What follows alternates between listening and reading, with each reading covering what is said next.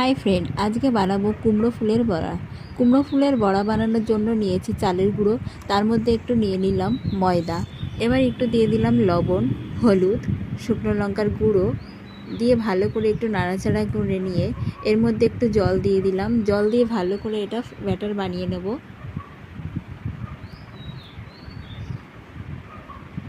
ব্যাটারটা বানানো হয়ে গেছে। এবার কড়াইতে সর্ষের তেল দিয়ে দিলাম।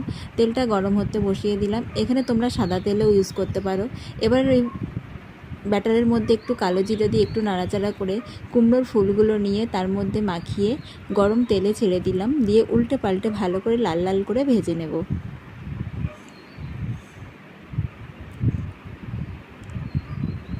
এক পাশ হয়ে গেছে, আমি উল্টে পাল্টে আবার আর এক পাশ ভেজে নিলাম। তো এই কুমড়ো ফুলের বড়াটা তোমাদের কেমন লাগলো লাইক কমেন্ট শেয়ার করে জানিও, আর ভালো লাগলে একটা সাবস্ক্রাইব করে দিও। টাটা।